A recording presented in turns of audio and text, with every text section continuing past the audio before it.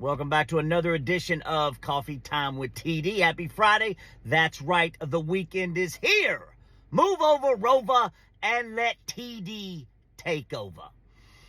This is going to be about perception being reality. A little bit about Donald Trump controlling the narrative, but really about perception being reality. And I'm hearing this time and time again from Trump's supporters. And the perception is that if you have Jewish friends, if you have black friends, minority friends, any race, ethnicity, religion, whatever it is, you cannot be racist. You cannot be a bigot. You cannot be a racist because, there's no chance Donald Trump can be an anti-Semite because his son-in-law is Jewish. Bullshit! Bullshit.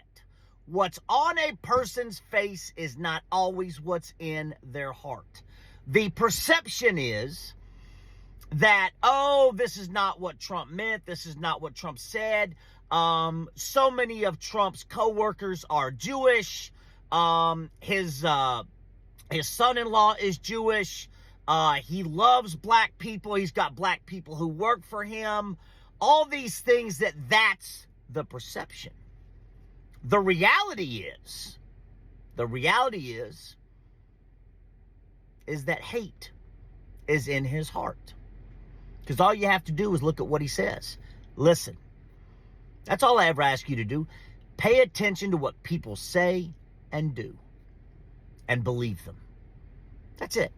I'm not asking you to go above and beyond the call of duty, but Donald Trump is a master at perception being reality, not just with the perception of being a good businessman and having gone bankrupt 6 times.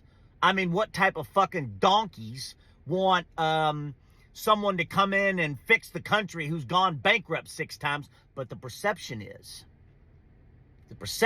that he's a great businessman. The perception is that he can't be racist because he has black employees. He has friends that are Jewish. His son-in-law is Jewish, whatever it might be.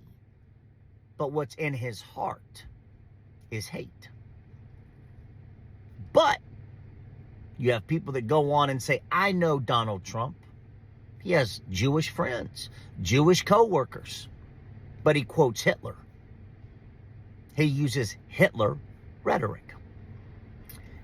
And there's this misconception that because you have a black family member or a Jewish family member or a minority of any race or ethnicity, that therefore you can't be a card-carrying racist or bigot. That's the perception, which couldn't be more wrong. The reality is, you could be a card-carrying racist bigot, but outwardly, you love everybody. Donald Trump doesn't even do that. He stands on stage and quotes Hitler.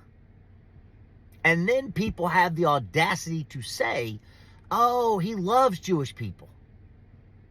But he quotes Hitler. But the perception is because he has a son-in-law that is Jewish, co-workers that are Jewish, he can't be an anti-Semite. But the reality is, he quotes Hitler. That's the reality. But people don't go along with that, do they? They want so bad the perception to be real.